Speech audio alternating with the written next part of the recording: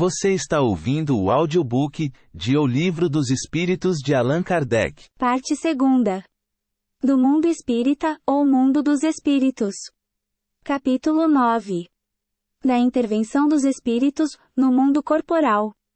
Faculdade que tem os espíritos, de penetrar os nossos pensamentos. 456. Veem os espíritos tudo o que fazemos.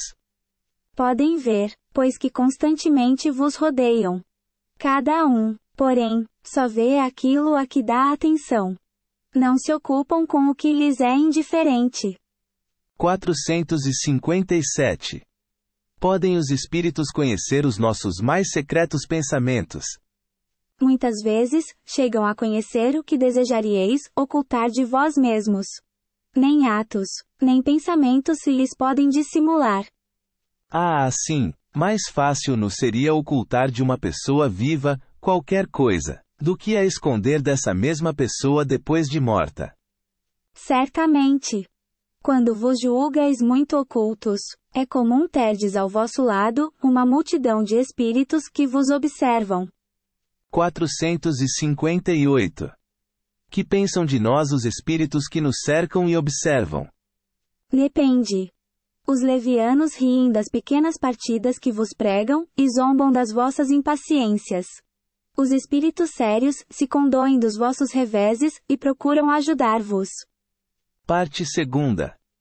Do Mundo Espírita ou Mundo dos Espíritos. Capítulo 9. Da intervenção dos espíritos no mundo corporal. Influência oculta dos espíritos em nossos pensamentos e atos. 459. Influem os espíritos em nossos pensamentos e em nossos atos? Muito mais do que imaginais. Influem a tal ponto que, de ordinário, são eles que vos dirigem. 460. De par com os pensamentos que nos são próprios, outros haverá que nos sejam sugeridos. Vossa alma é um espírito que pensa. Não ignorais que, frequentemente, muitos pensamentos vos acodem a um tempo sobre o mesmo assunto, e, não raro, contrários uns aos outros. Pois bem, no conjunto deles, estão sempre de mistura os vossos com os nossos. Daí a incerteza em que vos vedes. É que tendes em vós duas ideias a se combaterem. 461. Como havemos de distinguir os pensamentos que nos são próprios, dos que nos são sugeridos? Quando um pensamento vos é sugerido, tendes a impressão de que alguém vos fala. Geralmente, os pensamentos próprios são os que acodem em primeiro lugar. Afinal, não vos é de grande interesse estabelecer essa distinção. Muitas vezes, é útil que não saibais fazê-la. Não a fazendo, obra o homem com mais liberdade. Se decide pelo bem, é voluntariamente que o pratica. Se toma o mau caminho, maior será a sua responsabilidade. 462. É sempre de dentro de si mesmos que os homens inteligentes e de gênio tiram suas ideias? Algumas vezes, elas lhes vêm do seu próprio espírito, porém, de outras muitas, lhes são sugeridas por espíritos que os julgam capazes de compreendê-las e dignos de vulgarizá-las. Quando tais homens não as acham em si mesmos, apelam para a inspiração. Fazem assim, sem o suspeitarem, uma verdadeira evocação. 463. Disse comumente ser sempre bom, o primeiro impulso. É exato. Pode ser bom ou mal, conforme a natureza do espírito encarnado. É sempre bom naquele que atende às boas inspirações. 464. Como distinguirmos, se um pensamento sugerido, procede de um bom espírito ou de um espírito mau? Estudai o caso. Os bons espíritos só para o bem aconselham. Compete-vos discernir.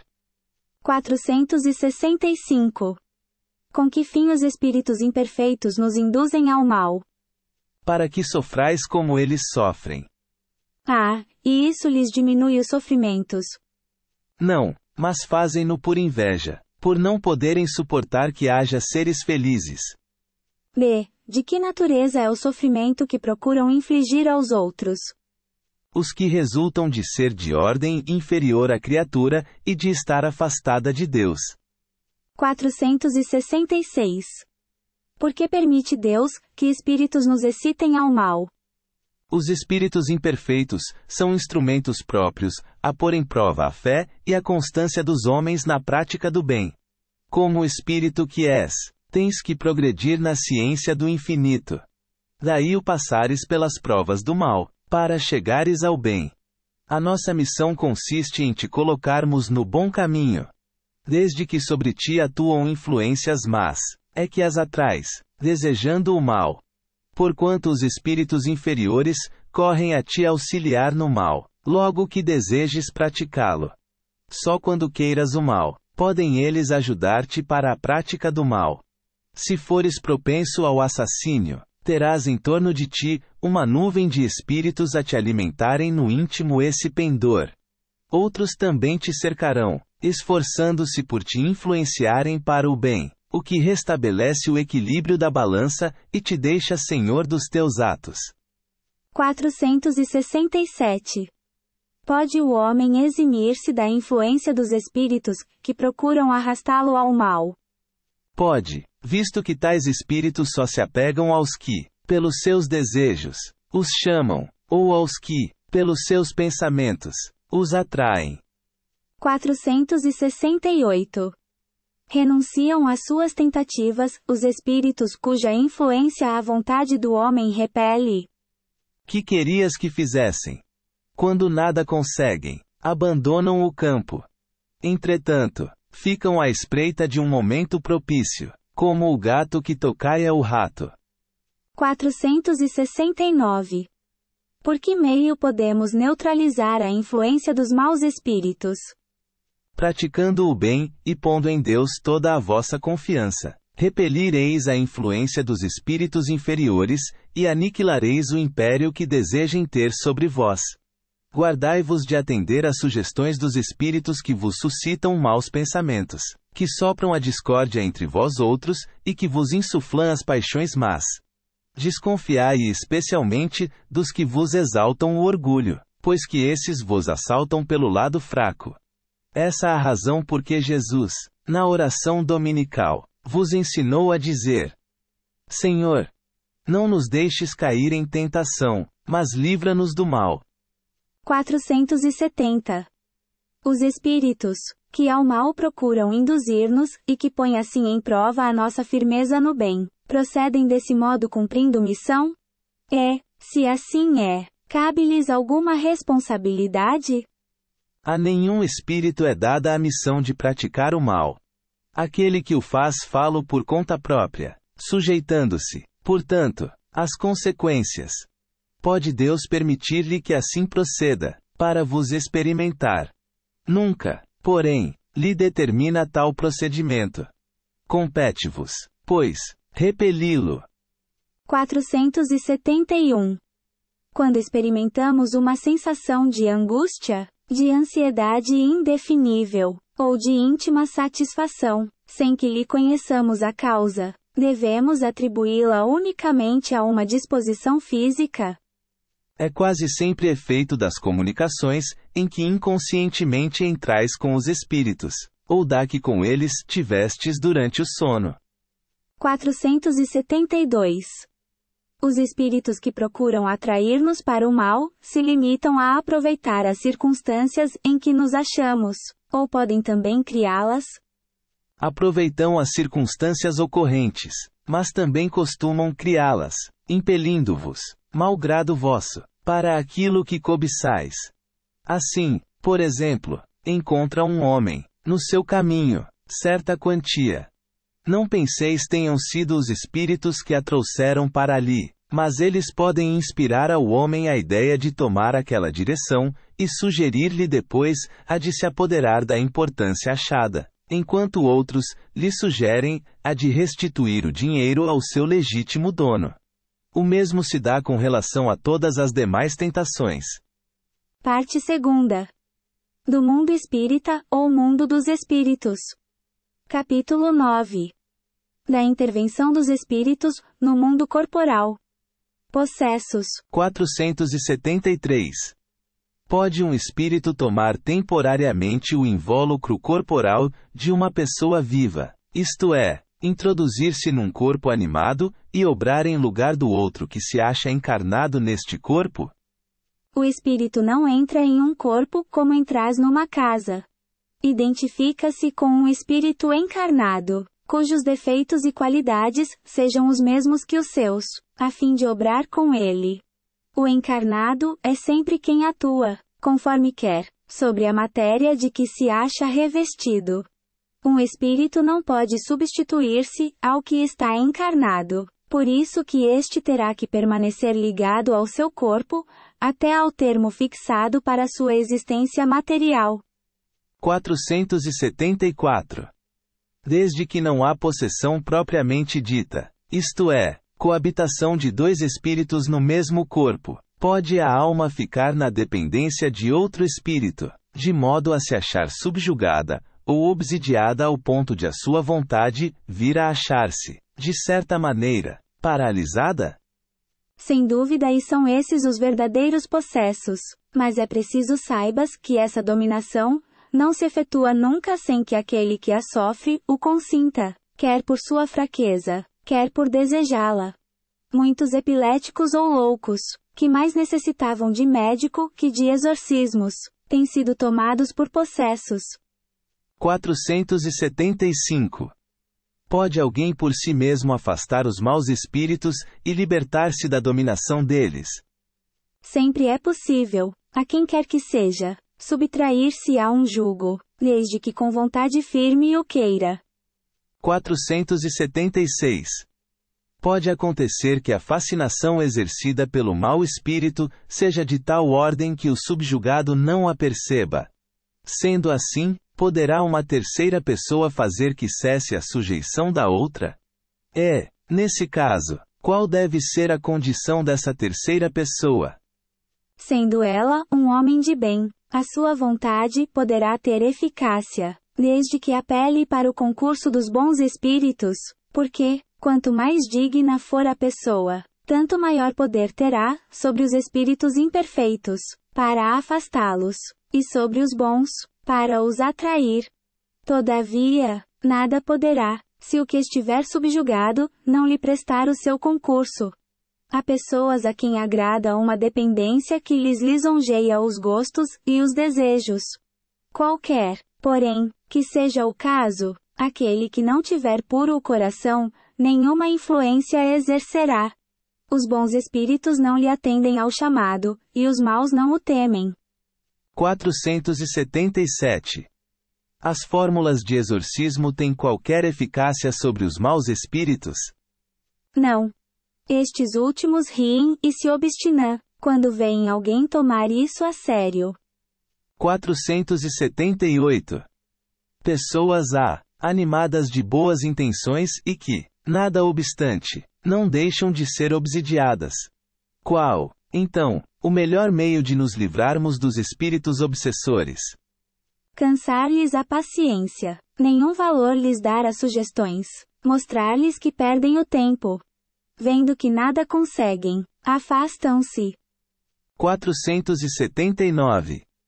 A prece é meio eficiente para a cura da obsessão? A prece é em tudo um poderoso auxílio, mas crede que não basta que alguém murmure algumas palavras, para que obtenha o que deseja. Deus assiste os que obram, não os que se limitam a pedir. É, pois, indispensável que o obsidiado faça, por sua parte, o que se torne necessário, para destruir em si mesmo a causa da atração dos maus espíritos. 480. Que se deve pensar da expulsão dos demônios, mencionada no Evangelho? Depende da interpretação que se lhe dê. Se chamais demônio ao mau espírito que subjungue um indivíduo, desde que se lhe destrua a influência, ele terá sido verdadeiramente expulso. Se ao demônio atribuirdes a causa de uma enfermidade, quando a houverdes curado direis com acerto que expulsastes o demônio. Uma coisa pode ser verdadeira ou falsa, conforme o sentido que empresteis às palavras. As maiores verdades estão sujeitas a parecer absurdos, uma vez que se atenda apenas à forma, ou que se considere como realidade a alegoria. Compreendei bem isto e não o esqueçais nunca, pois que se presta a uma aplicação geral. Parte 2. Do mundo espírita ou mundo dos espíritos. Capítulo 9. Da intervenção dos espíritos no mundo corporal. Convulsionários. 481. Desempenham os espíritos algum papel nos fenômenos que se dão com os indivíduos chamados convulsionários? Sim, e muito importante, bem como o magnetismo, que é a causa originária de tais fenômenos. O charlatanismo, porém, os tem a miúde explorado e exagerado, de sorte a lançá-los ao ridículo. De que natureza são, em geral, os espíritos que concorrem para a produção desta espécie de fenômenos? Pouco elevada. Supondes que espíritos superiores se deleitem com tais coisas. 482. Como é que sucede estender-se subitamente a toda uma população, o estado anormal dos convulsionários, e dos que sofrem de crises nervosas? Efeito de simpatia. As disposições morais se comunicam muito facilmente, em certos casos. Não és tão alheio aos efeitos magnéticos, que não compreendas isto, e a parte que alguns espíritos naturalmente tomam no fato, por simpatia com os que os provocam. 483. Qual a causa da insensibilidade física, que se observa em alguns convulsionários, assim como em outros indivíduos submetidos às mais atrozes torturas? Em alguns exclusivamente, efeito do magnetismo, que atua sobre o sistema nervoso, do mesmo modo que certas substâncias. Em outros, a exaltação do pensamento embota a sensibilidade. Dir-se-ia que nestes, a vida se retirou do corpo, para se concentrar toda no espírito. Não sabeis que, quando o espírito está vivamente preocupado com uma coisa, o corpo nada sente, nada vê e nada ouve. Parte 2. Do mundo espírita ou mundo dos espíritos. Capítulo 9. Da intervenção dos espíritos no mundo corporal. Afeição que os espíritos votam a certas pessoas. 484. Os espíritos se afeiçoam de preferência a certas pessoas? Os bons espíritos simpatizam com os homens de bem, ou suscetíveis de se melhorarem. Os espíritos inferiores, com os homens viciosos, ou que podem tornar-se tais. Daí suas afeições, como consequência da conformidade dos sentimentos. 485. É exclusivamente moral a afeição que os espíritos votam a certas pessoas?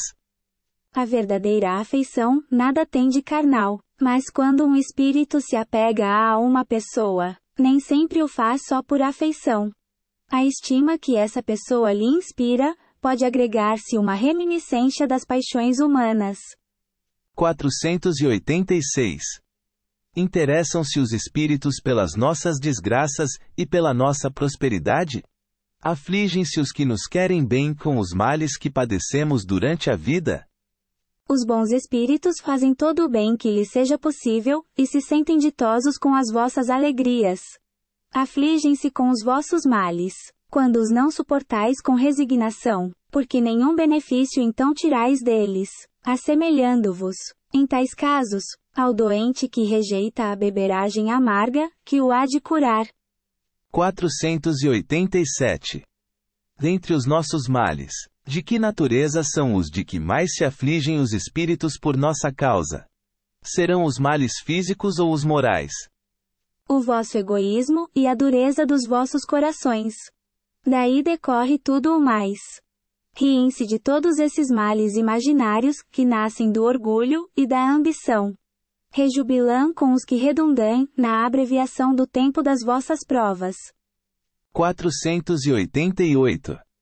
Os parentes e amigos, que nos precederam na outra vida, maior simpatia nos votam do que os espíritos que nos são estranhos.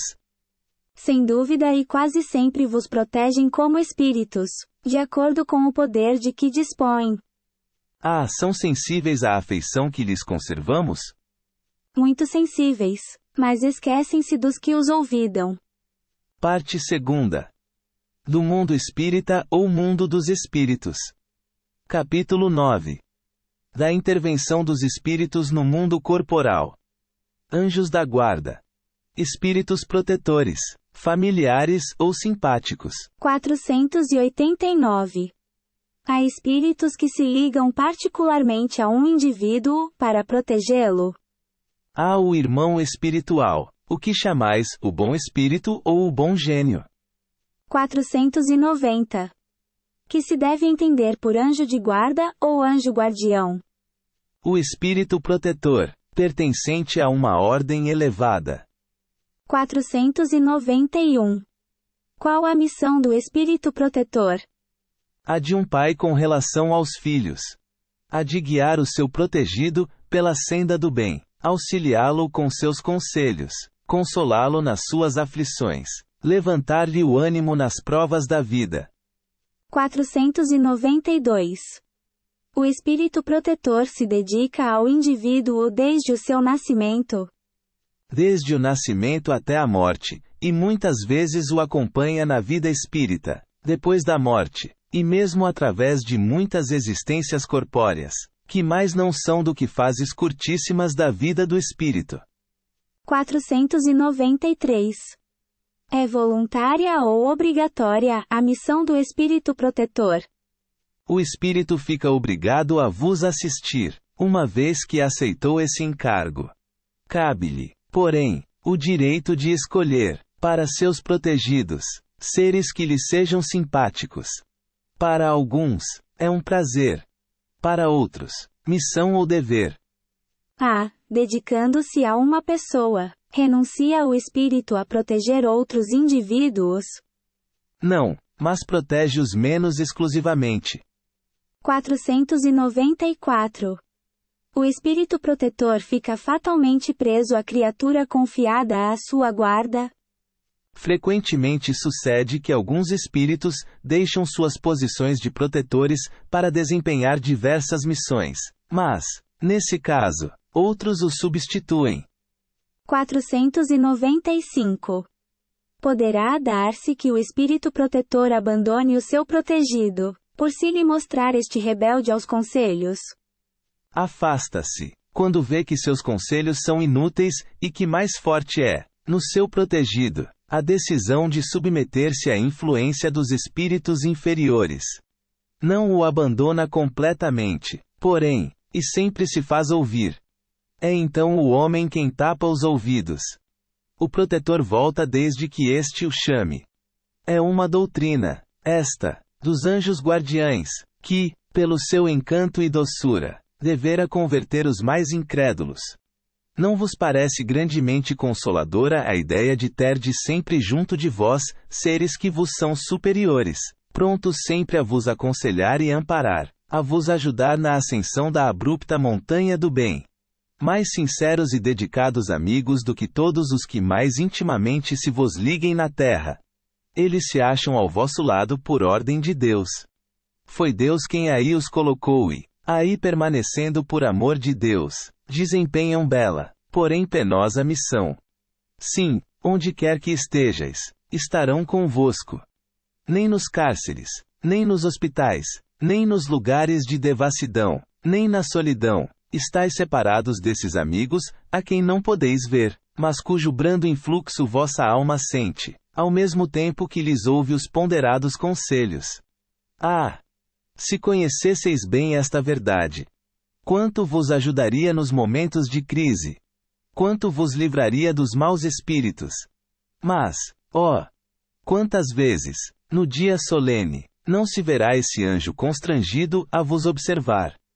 Não te aconselhei isto. Entretanto, não o fizeste. Não te mostrei o abismo. Contudo, nele te precipitaste. Não fiz ecoar na tua consciência a voz da verdade. Preferiste, no entanto, seguir os conselhos da mentira. Interrogai os vossos anjos guardiães. Estabelecei entre eles e vós, essa terna intimidade que reina entre os melhores amigos. Não penseis em lhes ocultar nada, pois que eles têm o olhar de Deus, e não podeis enganá-los. Pensai no futuro. Procurai adiantar-vos na vida presente. Assim fazendo, encurtareis vossas provas, e mais felizes, tornareis as vossas existências. Vamos, homens, coragem! De uma vez por todas, lançai para longe todos os preconceitos e ideias preconcebidas. Entrai na nova senda que diante dos passos se vos abre. Caminhai. Tendes guias, segui-os, que a meta não vos pode faltar, porquanto essa meta é o próprio Deus.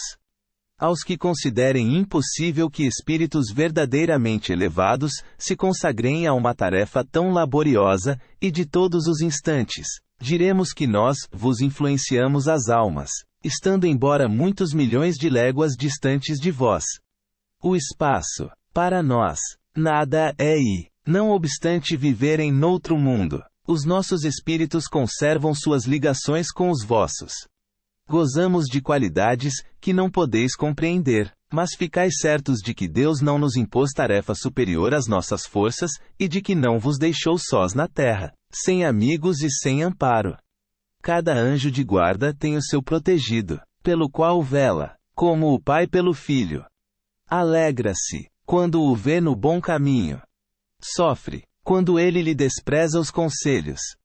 Não receeis fatigar-nos com as vossas perguntas. Ao contrário, procurai estar sempre em relação conosco. Sereis assim mais fortes e mais felizes. São essas comunicações de cada um, com o seu espírito familiar, que fazem sejam médiuns todos os homens.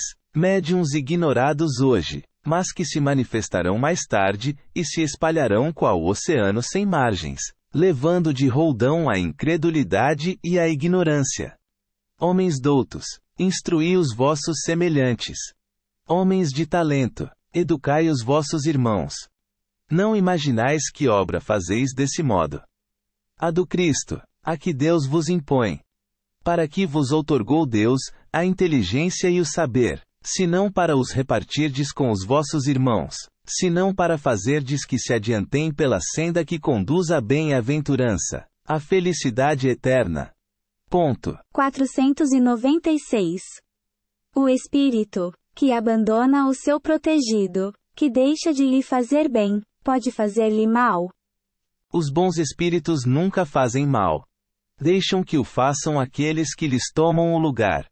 Costumais então lançar à conta da sorte as desgraças que vos acabrunham, quando só as sofreis por culpa vossa. 497. Pode um espírito protetor deixar o seu protegido, à mercê de outro espírito que lhe queira fazer mal? Os maus espíritos se unem para neutralizar a ação dos bons, mas, se o quiser, o protegido dará toda a força ao seu protetor. Pode acontecer que o bom espírito encontre alhures, uma boa vontade a ser auxiliada. Aplica-se então em auxiliá-la, aguardando que seu protegido lhe volte. 498. Será por não poder lutar contra espíritos malévolos, que um espírito protetor deixa que seu protegido se transvie na vida? Não é porque não possa, mas porque não quer. E não quer, porque das provas sai o seu protegido mais instruído e perfeito.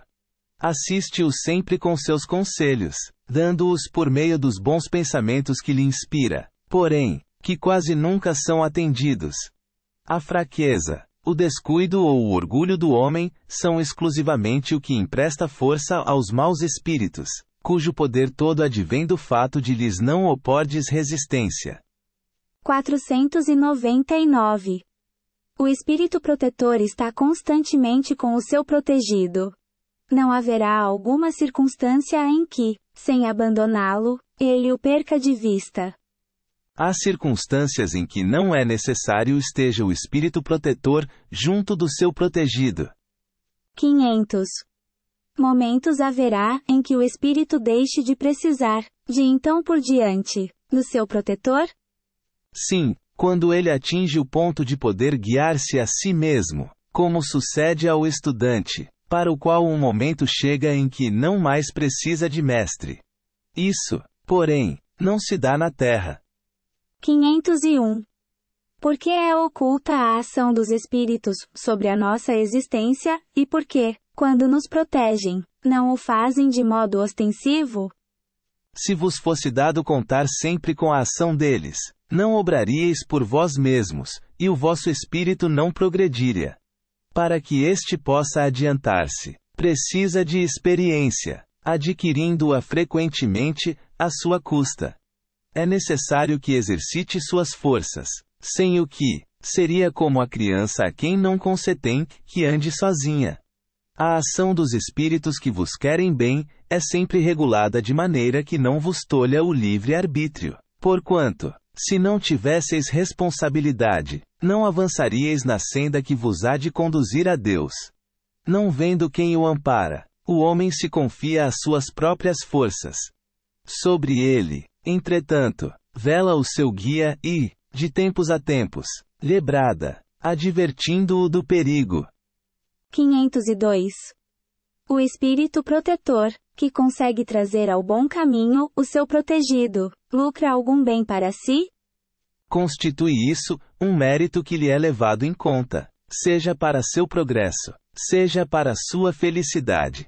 Sente-se ditoso quando vê bem-sucedidos os seus esforços, o que representa, para ele, um triunfo, como o triunfo é, para um preceptor, os bons êxitos do seu educando. É responsável pelo mau resultado de seus esforços? Não, pois que fez o que de si dependia. 503.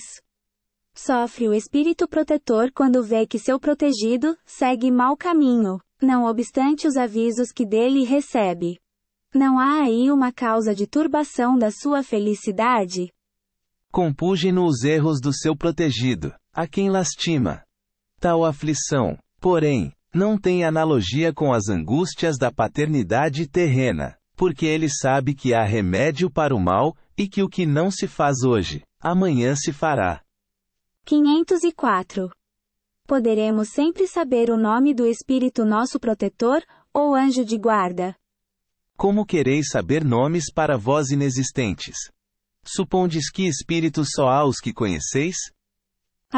Como então o podemos invocar, se o não conhecemos?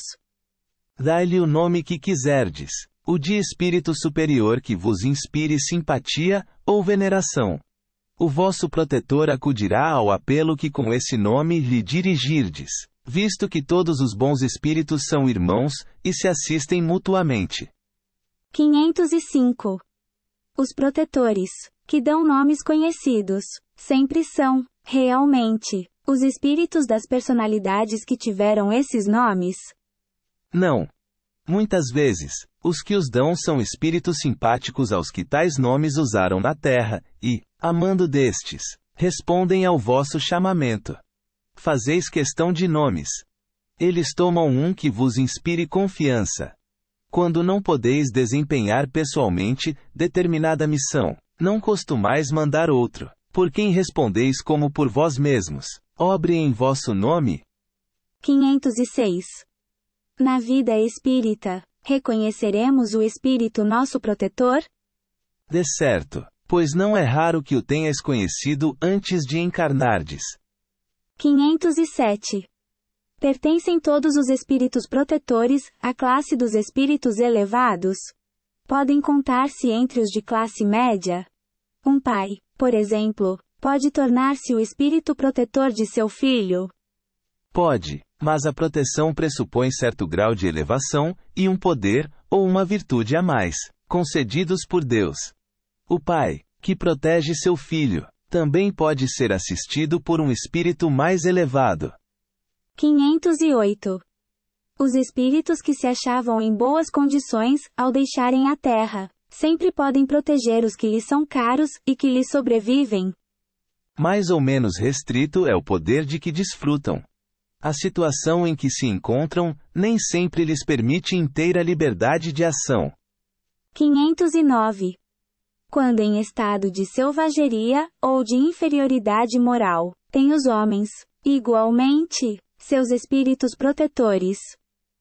Assim sendo, esses espíritos são de ordem tão elevada quanto a dos espíritos protetores de homens muito adiantados. Todo homem tem um espírito que por ele vela, mas as missões são relativas ao fim que visam. Não dais a uma criança, que está aprendendo a ler, um professor de filosofia. O progresso do espírito familiar guarda relação com o do espírito protegido. Tendo um espírito que vela por vós, podeis tornar-vos, a vosso turno, o protetor de outro que vos seja inferior, e os progressos que este realize, com o auxílio que lhe dispensardes, contribuirão para o vosso adiantamento. Deus não exige do espírito mais do que comportem a sua natureza e o grau de elevação a que já chegou. 510. Quando o Pai, que vela pelo Filho, reencarna, continua a velar por ele? Isso é mais difícil.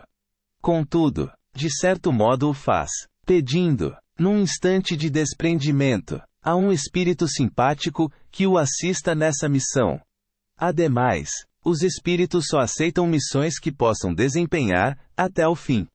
Encarnado, mormente em mundo onde a existência é material, o espírito se acha muito sujeito ao corpo, para poder dedicar-se inteiramente a outro espírito, isto é, para poder assisti-lo pessoalmente.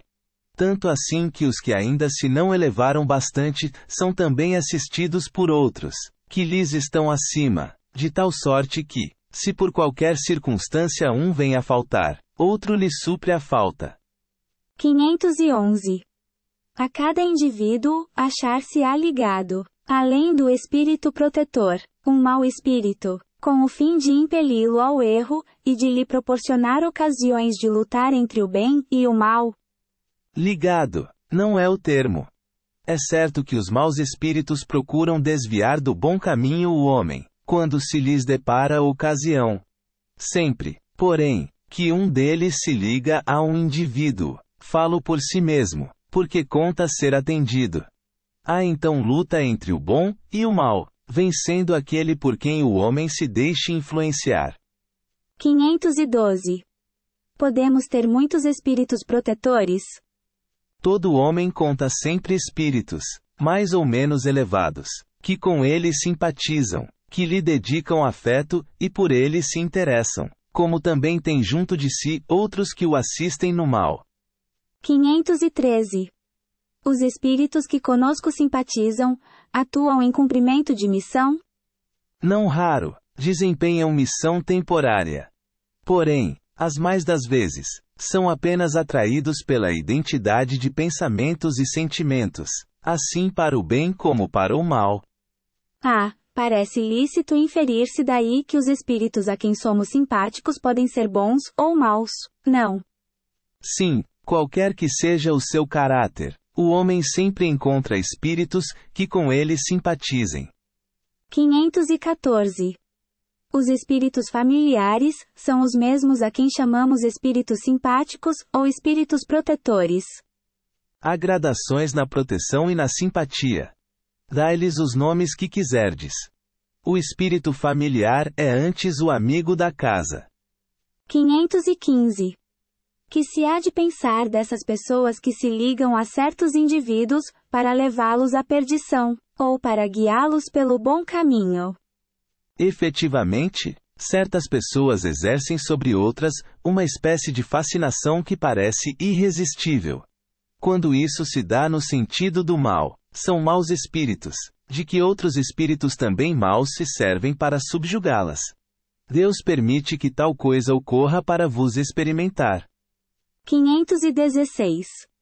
Poderiam os nossos bom e mau gênios encarnar, a fim de mais de perto nos acompanharem na vida? Isso às vezes se dá, porém, o que mais frequentemente se verifica é encarregarem dessa missão outros espíritos encarnados que lhes são simpáticos. 517. Haverá espíritos que se liguem a uma família inteira para protegê-la. Alguns espíritos se ligam aos membros de uma determinada família, que vivem juntos e unidos pela afeição. Mas não acrediteis em espíritos protetores do orgulho das raças. 518. Assim como são atraídos, pela simpatia, para certos indivíduos, são, no igualmente os espíritos, por motivos particulares, para as reuniões de indivíduos. Os espíritos preferem estar no meio dos que se lhes assemelham. Acham-se aí mais à vontade e mais certos de serem ouvidos. É pelas suas tendências que o homem atrai os espíritos, e isso quer esteja só, quer faça parte de um todo coletivo, como uma sociedade, uma cidade ou um povo. Portanto, as sociedades, as cidades e os povos são, de acordo com as paixões e o caráter neles predominantes, assistidos por espíritos mais ou menos elevados. Os espíritos imperfeitos se afastam dos que os repelem.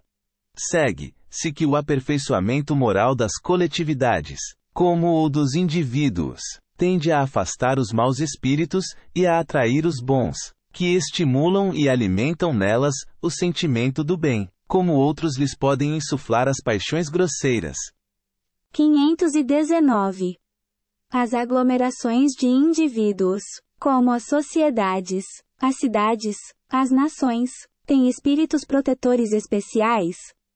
Tem, pela razão de que esses agregados são individualidades coletivas, que, caminhando para um objetivo comum, precisam de uma direção superior. 520. Os espíritos protetores das coletividades são de natureza mais elevada do que os que se ligam aos indivíduos? Tudo é relativo ao grau de adiantamento, quer se trate de coletividades, quer de indivíduos. 521. Podem certos espíritos auxiliar o progresso das artes, protegendo os que às artes se dedicam? Há espíritos protetores especiais, e que assistem os que os invocam, quando dignos dessa assistência. Que queres, porém, que façam com os que julgam ser o que não são? Não lhes cabe fazer que os cegos vejam, nem que os surdos ouçam. Parte 2. Do mundo espírita ou mundo dos espíritos. Capítulo 9. Da intervenção dos espíritos no mundo corporal. Pressentimentos. 522.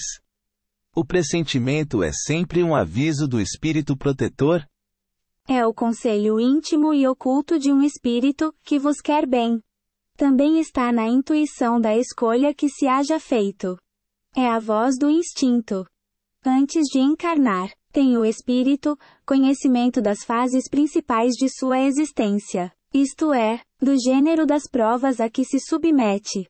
Tendo estas caráter assinalado, ele conserva, no seu foro íntimo, uma espécie de impressão de tais provas e esta impressão, que é a voz do instinto, fazendo-se ouvir quando lhe chega o momento de sofrê-las, se torna pressentimento. 523. Acontecendo que os pressentimentos e a voz do instinto são sempre algum tanto vagos, que devemos fazer, na incerteza em que ficamos? Quando te achares na incerteza, invoca o teu bom espírito, ou ora a Deus, soberano Senhor de todos, e ele te enviará a um de seus mensageiros, um de nós. 524. Os avisos dos espíritos protetores objetivam unicamente o nosso procedimento moral, ou também o proceder que devamos adotar nos assuntos da vida particular? Tudo. Eles se esforçam para que vivais o melhor possível, mas quase sempre tapais os ouvidos aos avisos salutares, e vos tornais desgraçados por culpa vossa. Parte 2. Do mundo espírita ou mundo dos espíritos. Capítulo 9. Da intervenção dos espíritos no mundo corporal. Influência dos espíritos nos acontecimentos da vida. 525. Exercem os espíritos alguma influência nos acontecimentos da vida? Certamente, pois que te aconselham. Exercem essa influência por outra forma que não apenas pelos pensamentos que sugerem, isto é, têm ação direta sobre o cumprimento das coisas? Sim, mas nunca atuam fora das leis da natureza. 526. Tendo, como tem, ação sobre a matéria, podem os espíritos provocar certos efeitos, com o objetivo de que se dê um acontecimento. Por exemplo, um homem tem que morrer. Sobe uma escada, a escada se quebra, e ele morre da queda. Foram os espíritos que quebraram a escada, para que o destino daquele homem se cumprisse. É exato que os espíritos têm ação sobre a matéria, mas para cumprimento das leis da natureza, não para as derrogar, fazendo que, em dado momento, ocorra um sucesso inesperado e em contrário àquelas leis. No exemplo que figuraste, a escada se quebrou porque se achava podre, ou por não ser bastante forte para suportar o peso de um homem. Se era destino daquele homem perecer de tal maneira, os espíritos lhe inspirariam a ideia de subir a escada em questão, que teria de quebrar-se com o seu peso, resultando-lhe daí a morte por um efeito natural, e sem que para isso fosse mister a produção de um milagre. 527. Tomemos outro exemplo, em que não entre a matéria em seu estado natural. Um homem tem que morrer fulminado pelo raio. Refugia-se debaixo de uma árvore. Estala o raio e o mata. Poderá dar-se tenham sido os espíritos que provocaram a produção do raio, e que o dirigiram para o homem? Dá-se o mesmo que anteriormente. O raio caiu sobre aquela árvore em tal momento, porque estava nas leis da natureza que assim acontecesse. Não foi encaminhado para a árvore, por se achar debaixo dela o homem. A este, sim, foi inspirada a ideia de se abrigar debaixo de uma árvore, sobre a qual cairia o raio, porquanto a árvore não deixaria de ser atingida, só por não lhe estar debaixo da fronde o homem. 528. No caso de uma pessoa mal intencionada, disparar sobre outra um projetil que apenas lhe passe perto sem a atingir, poderá ter sucedido que um espírito bondoso haja desviado o projetil? Se o indivíduo alvejado não tem que perecer desse modo, o espírito bondoso lhe inspirará a ideia de se desviar, ou então poderá ofuscar o que impunha a arma, de sorte a fazê-lo apontar mal, porquanto, uma vez disparada a arma, o projetil segue a linha que tem de percorrer. 529. Que se deve pensar das balas encantadas, de que falam algumas lendas e que fatalmente atingem o alvo? Pura imaginação. O homem gosta do maravilhoso, e não se contenta com as maravilhas da natureza. Podem os espíritos que dirigem os acontecimentos terrenos ter obstada sua ação por espíritos que queiram o contrário? O que Deus quer se executa. Se houver demora na execução, ou lhe surjam obstáculos, é porque ele assim o quis. 530. Não podem os espíritos levianos e zombeteiros criar pequenos embaraços à realização dos nossos projetos e transtornar as nossas previsões? Serão eles, numa palavra, os causadores do que chamamos pequenas misérias da vida humana? Eles se comprazem em vos causar aborrecimentos que representam para vós provas destinadas a exercitar a vossa paciência. Cansam-se, porém, quando veem que nada conseguem. Entretanto, não seria justo, nem acertado, imputar-lhes todas as decepções que experimentais, e de que sois os principais culpados pela vossa irreflexão. Fica certo de que, se a tua louça se quebra, é mais por desazo teu, do que por culpa dos espíritos. Destes, os que provocam contrariedades, obram impelidos por animosidade pessoal, ou assim procedem contra qualquer, sem motivo determinado, por pura malícia? Por uma e outra coisa. Às vezes os que assim vos molestam são inimigos que granjeastes nesta ou em precedente existência. Doutras vezes, nenhum motivo há. 531. Extingue-se-lhes com a vida corpórea a malevolência dos seres que nos fizeram mal na terra? Muitas vezes reconhecem a injustiça com que procederam, e o mal que causaram, mas, também, não é raro que continuem a perseguir-vos, cheios de animosidade, se Deus o permitir, por ainda vos experimentar. Pode-se pôr termo a isso. Por que meio? Podeis. Orando por eles, e lhes retribuindo o mal com o bem, acabarão compreendendo a injustiça do proceder deles. Ademais, se souberdes colocar-vos acima de suas maquinações, deixar-vos-ão, por verificarem que nada lucram. 532. Tem os espíritos o poder de afastar de certas pessoas os males, e de favorecê-las com a prosperidade? De todo, não. Porquanto há males que estão nos decretos da providência. Amenizam-vos, porém, as dores, dando-vos paciência e resignação. Ficai igualmente sabendo que de vós, depende muitas vezes poupar-vos aos males, ou, quando menos, atenuá-los. A inteligência, Deus vô-la outorgou para que dela vos sirvais, e é principalmente por meio da vossa inteligência que os espíritos vos auxiliam, sugerindo-vos ideias propícias ao vosso bem, porém não assistem senão os que sabem assistir-se a si mesmos. Esse é o sentido destas palavras. Buscai e achareis, batei e se vos abrirá. Sabei ainda que nem sempre é um mal o que vos parece sê-lo. Frequentemente, do que considerais um mal sairá um bem muito maior. Quase nunca compreendeis isso, porque só atentais no momento presente, ou na vossa própria pessoa. 533. Podem os espíritos fazer que obtenham riquezas, os que lhes pedem que assim aconteça? Algumas vezes, como prova. Quase sempre, porém, recusam, como se recusa à criança, a satisfação de um pedido inconsiderado. São os bons ou os maus espíritos que concedem esses favores? Uns e outros. Depende da intenção. As mais das vezes, entretanto, os que os concedem, são os espíritos que vos querem arrastar para o mal, e que encontram um meio fácil de o conseguirem, facilitando-vos os gozos que a riqueza proporciona. 534. Será por influência de algum espírito, que, fatalmente, a realização dos nossos projetos parece encontrar obstáculos? Algumas vezes é isso o efeito da ação dos espíritos.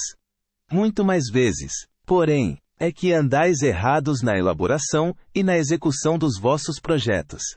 Muito influem nesses casos, a posição e o caráter do indivíduo. Se vos obstinais em ir por um caminho que não deveis seguir, os espíritos nenhuma culpa têm dos vossos insucessos. Vós mesmos vos constituís em vossos maus gênios. 535. Quando algo de venturoso nos sucede, é ao Espírito nosso protetor, que devemos agradecê-lo. Agradecei primeiramente a Deus, sem cuja permissão nada se faz. Depois, aos bons espíritos que foram os agentes da sua vontade. Que sucederia se nos esquecêssemos de agradecer? O que sucede aos ingratos? Parte 2. Do mundo espírita, ou mundo dos espíritos. Capítulo 9. Da intervenção dos espíritos, no mundo corporal. Ação dos espíritos, nos fenômenos da natureza. 536. São devidos a causas fortuitas, ou, ao contrário, têm todos um fim providencial. Os grandes fenômenos da natureza, os que se consideram como perturbação dos elementos? Tudo tem uma razão de ser, e nada acontece sem a permissão de Deus. Objetivam sempre o homem esses fenômenos. Às vezes tem, como imediata razão de ser, o homem. Na maioria dos casos, entretanto, tem por único motivo, o restabelecimento do equilíbrio e da harmonia das forças físicas da natureza. Concebemos perfeitamente que a vontade de Deus seja a causa primária, nisto como em tudo. Porém, sabendo que os espíritos exercem ação sobre a matéria, e que são os agentes da vontade de Deus, perguntamos se alguns dentre eles não exercerão certa influência sobre os elementos, para os agitar, acalmar ou dirigir. Evidentemente. Nem poderia ser de outro modo. Deus não exerce ação direta sobre a matéria. Ele encontra agentes dedicados em todos os graus da escala dos mundos. 537. A mitologia dos antigos se fundava inteiramente em ideias espíritas, com a única diferença de que consideravam os espíritos como divindades. Representavam esses deuses, ou esses espíritos com atribuições especiais. Assim, uns eram encarregados dos ventos, outros do raio, outros de presidir ao fenômeno da vegetação, etc. Semelhante crença é totalmente destituída de fundamento? Tampouco destituída é de fundamento, que ainda está muito aquém da verdade. Poderá então haver espíritos que habitem o interior da Terra e presidam aos fenômenos geológicos? Tais espíritos não habitam positivamente a Terra. Presidem aos fenômenos, e os dirigem de acordo com as atribuições que têm. Dia virá em que recebereis a explicação de todos esses fenômenos, e os compreendereis melhor. 538. Formam categoria especial no mundo espírita, os espíritos que presidem aos fenômenos da natureza? Serão seres à parte ou espíritos que foram encarnados como nós? Que foram ou que o serão. Pertencem esses espíritos às ordens superiores, ou às inferiores da hierarquia espírita? Isso é conforme seja mais ou menos material, mais ou menos inteligente o papel que desempenhem. Uns mandam, outros executam. Os que executam coisas materiais, são sempre de ordem inferior, assim entre os espíritos, como entre os homens. 539. A produção de certos fenômenos, das tempestades, por exemplo, é obra de um só espírito, ou muitos se reúnem, formando grandes massas, para produzi-los. Reúnem-se em massas inumeráveis. 540. Os espíritos que exercem ação nos fenômenos da natureza, operam com conhecimento de causa, usando do livre arbítrio, ou por efeito de instintivo ou irrefletido impulso. Uns sim, outros não. Estabeleçamos uma comparação. Considera essas miríades de animais que, pouco a pouco, fazem emergir do mar ilhas e arquipélagos. Julgas que não há aí um fim providencial, e que essa transformação da superfície do globo não seja necessária à harmonia geral. Entretanto, são animais de ínfima ordem que executam essas obras, provendo as suas necessidades, e sem suspeitarem de que são instrumentos de Deus. Pois bem, do mesmo modo, os espíritos mais atrasados oferecem utilidade ao conjunto. Enquanto se ensaiam para a vida, antes que tenham plena consciência de seus atos, e estejam no gozo pleno do livre arbítrio, atuam em certos fenômenos, de que inconscientemente se constituem os agentes. Primeiramente, executam. Mais tarde, quando suas inteligências já houverem alcançado um certo desenvolvimento, ordenarão e dirigirão as coisas do mundo material. Depois, poderão dirigir as do mundo moral. É assim que tudo serve, que tudo se encadeia na natureza, desde o átomo primitivo até o arcanjo, que também começou por ser átomo. Admirável lei de harmonia, que o vosso acanhado espírito ainda não pode apreender em seu conjunto. Parte 2. Do mundo espírita ou mundo dos espíritos. Capítulo 9. Da intervenção dos espíritos no mundo corporal. Os espíritos durante os combates. 541. Durante uma batalha, há espíritos assistindo e amparando cada um dos exércitos. Sim, e que lhes estimulam a coragem. 542. Estando, numa guerra, a justiça sempre de um dos lados, como pode haver espíritos que tomem o partido dos que se batem por uma causa injusta? Bem sabeis haver espíritos que só se comprazem na discórdia e na destruição. Para esses, a guerra é a guerra. A justiça da causa pouco os preocupa. 543. Podem alguns espíritos influenciar o general na concepção de seus planos de campanha? Sem dúvida alguma. Podem influenciá-lo nesse sentido, como com relação a todas as concepções. 544. Poderiam maus espíritos suscitar-lhe planos errôneos com o fim de levá-lo à derrota? Podem, mas não tem ele o livre-arbítrio. Se não tiver critério bastante para distinguir uma ideia falsa, sofrerá as consequências, e melhor faria se obedecesse, em vez de comandar. 545. Pode, alguma vez, o general ser guiado por uma espécie de dupla vista, por uma visão intuitiva, que lhe mostre de antemão o resultado de seus planos? Isso se dá a miúde com o homem de gênio. É o que ele chama inspiração, e o que faz que obre com uma espécie de certeza. Essa inspiração lhe vem dos espíritos que o dirigem, os quais se aproveitam das faculdades de que o veem dotado.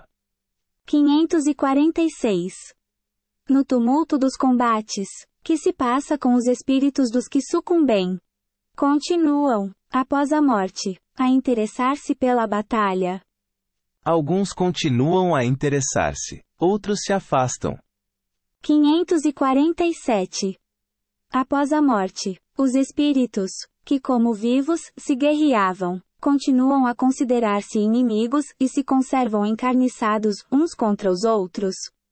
Nessas ocasiões, o espírito nunca está calmo. Pode acontecer que nos primeiros instantes depois da morte, ainda odeie o seu inimigo, e mesmo o persiga.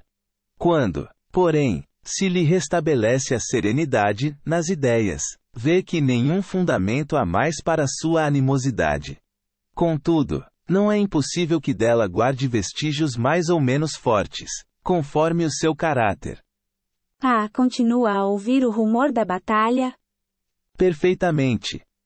548. O espírito que, como espectador, assiste calmamente a um combate, observa o ato de separar-se a alma do corpo. Como é que esse fenômeno se lhe apresenta à observação? Raras são as mortes verdadeiramente instantâneas. Na maioria dos casos, o espírito, cujo corpo acaba de ser mortalmente ferido, não tem consciência imediata desse fato. Somente quando ele começa a reconhecer a nova condição em que se acha, é que os assistentes podem distingui-lo, a mover-se ao lado do cadáver.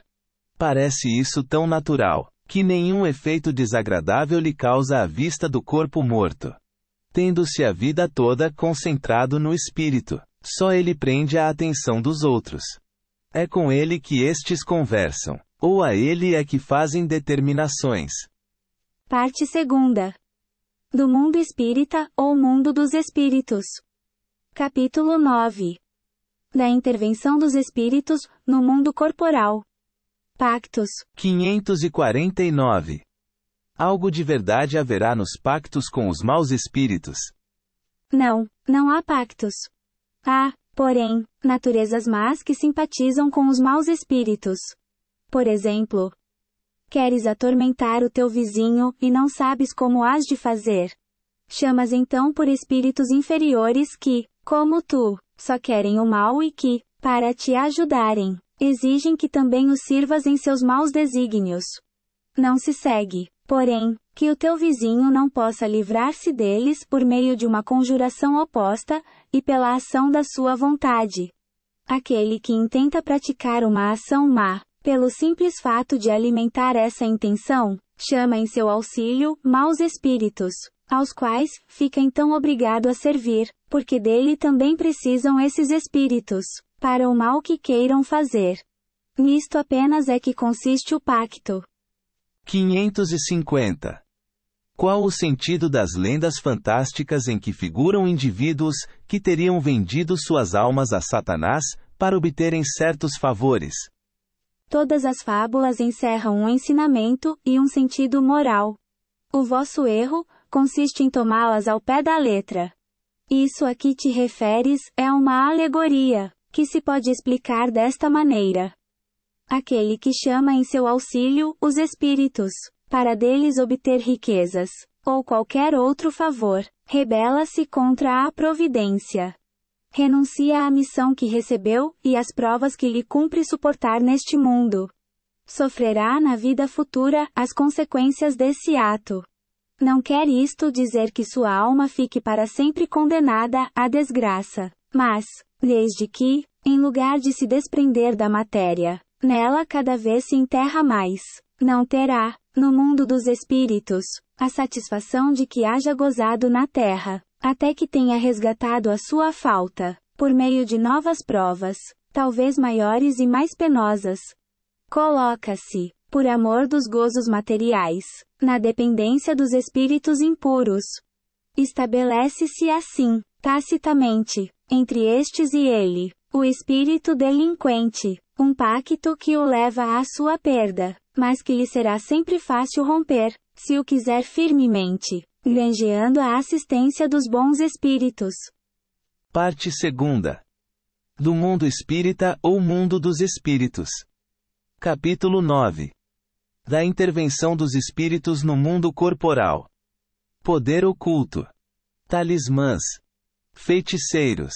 551. Pode um homem mau, com o auxílio de um mau espírito que lhe seja dedicado, fazer mal ao seu próximo? Não. Deus não o permitiria. 552. Que se deve pensar da crença no poder, que certas pessoas teriam, de enfeitiçar? Algumas pessoas dispõem de grande força magnética, de que podem fazer mau uso, se maus forem seus próprios espíritos, caso em que possível se torna serem secundados por outros espíritos maus. Não creias, porém, num pretenso poder mágico, que só existe na imaginação de criaturas supersticiosas, ignorantes das verdadeiras leis da natureza. Os fatos que citam, como prova da existência desse poder, são fatos naturais, mal observados e sobretudo mal compreendidos. 553. Que efeito podem produzir as fórmulas e práticas, mediante as quais pessoas há, que pretendem dispor do concurso dos espíritos? O efeito de torná-las ridículas, se procedem de boa fé. No caso contrário, são tratantes que merecem castigo. Todas as fórmulas são mera charlatanaria. Não há palavra sacramental nenhuma, nenhum sinal cabalístico, nem talismã, que tenha qualquer ação sobre os espíritos, porquanto estes só são atraídos pelo pensamento e não pelas coisas materiais. Mas não é exato que alguns espíritos têm ditado, eles próprios, fórmulas cabalísticas? Efetivamente, espíritos aqui indicam sinais, palavras estranhas, ou prescrevem a prática de atos, por meio dos quais se fazem os chamados conjuros. Ficai certos, porém, de que são espíritos que de vós outros, escarnecem e zombam da vossa credulidade. 554. Não pode aquele que, com ou sem razão, confia no que chama a virtude de um talismã, atrair um espírito, por efeito mesmo dessa confiança, visto que, então, o que atua é o pensamento, não passando o talismã de um sinal que apenas lhe auxilia à concentração. É verdade, mas da pureza da intenção e da elevação dos sentimentos depende a natureza do espírito que é atraído. Ora, muito raramente, aquele que seja bastante simplório para acreditar na virtude de um talismã deixará de colimar um fim mais material do que moral. Qualquer, porém, que seja o caso, essa crença denuncia uma inferioridade e uma fraqueza de ideias que favorecem a ação dos espíritos imperfeitos e escarninhos. 555. Que sentido se deve dar ao qualificativo de feiticeiro? Aqueles a quem chamais feiticeiros são pessoas que, quando de boa fé, gozam de certas faculdades, como sejam a força magnética ou a dupla vista. Então, como fazem coisas geralmente incompreensíveis, são tidas por dotadas de um poder sobrenatural. Os vossos sábios não têm passado muitas vezes por feiticeiros aos olhos dos ignorantes? 556. Tem algumas pessoas, verdadeiramente, o poder de curar pelo simples contato. A força magnética pode chegar até aí, quando secundada pela pureza dos sentimentos e por um ardente desejo de fazer o bem, porque então os bons espíritos lhe vêm em auxílio. Cumpre, porém, desconfiar da maneira pela qual contam as coisas, pessoas muito crédulas e muito entusiastas, sempre dispostas a considerar maravilhoso o que há de mais simples e mais natural. Importa desconfiar também das narrativas interesseiras, que costumam fazer os que exploram, em seu proveito, a credulidade alheia. Parte 2. Do mundo espírita, ou mundo dos espíritos. Capítulo 9. Da intervenção dos espíritos, no mundo corporal. Bênçãos e maldições. 557. Podem a bênção e a maldição atrair o bem e o mal, para aqueles sobre quem são lançadas. Deus não escuta a maldição injusta, e culpado perante ele se torna o que a profere. Como temos os dois gênios opostos, o bem e o mal, pode a maldição exercer momentaneamente influência, mesmo sobre a matéria. Tal influência, porém, só se verifica por vontade de Deus, como aumento de prova para aquele que é dela objeto. Ademais, o que é comum é serem amaldiçoados os maus, e abençoados os bons. Jamais a bênção e a maldição podem desviar da senda da justiça, a providência, que nunca fere o maldito, senão quando mal, e cuja proteção não há coberta senão aquele que a merece.